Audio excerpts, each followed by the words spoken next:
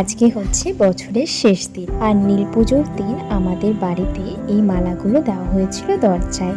আজকের দিনে হচ্ছে বছর শেষ, তোমাদেরকে তো আমি বলেইছিলাম আজকে আমাদের বাড়িতে নিয়ম আছে বাড়িতে 5 মিশালি সবজি রান্না করার। দেখো অলরেডি এখানে অনেক সবজি কাটা হয়ে গেছে, আরও সবজি কাটা চলছে। তো আমরা সবাই মিলে হাতে হাত লাগিয়ে কাজ করছি। আর এই দিকে তো অনেক গরম পড়েছে, তাই আমি কালকের পুজোতে দেওয়া বেলগুলোকে এখন শরবত করে ফেলবো। তার জন্য বেলটাকে ফাটিয়ে আগে ভেতরের জিনিসটাকে বের করে নিয়ে আমি ভালো করে ছেঁকে নিচ্ছি।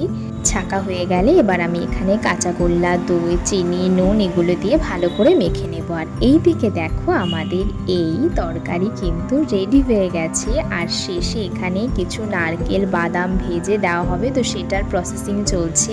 এইটা মা রান্না করছে, আর রান্না তো প্রায় শেষেরই দিকে। এবার টেস্ট করব, আর এটা খেতে কিন্তু অসাধারণ লাগে। আর আজকে যেহেতু বছরের শেষ, তাই চৈত্র সেলের শেষ, তো আজকের দিনে ভাবলাম একটু মার্কেট থেকে ঘুরে আসি। এত পরিমাণে ভিড়, দাঁড়ানোই যাচ্ছে না। আর আমি সেরকম কিছু কিনেও নি, আমার মার্কেটিং আগেই হয়ে গেছিল। আর এরপর বাড়িতে চলে আসব। তো আসার সময় এত গরম পড়েছে, ভাবলাম কিছু ঠান্ডা খাই, তো আইসক্রিম খেতে খেতে বাড়ি চলে আসলাম।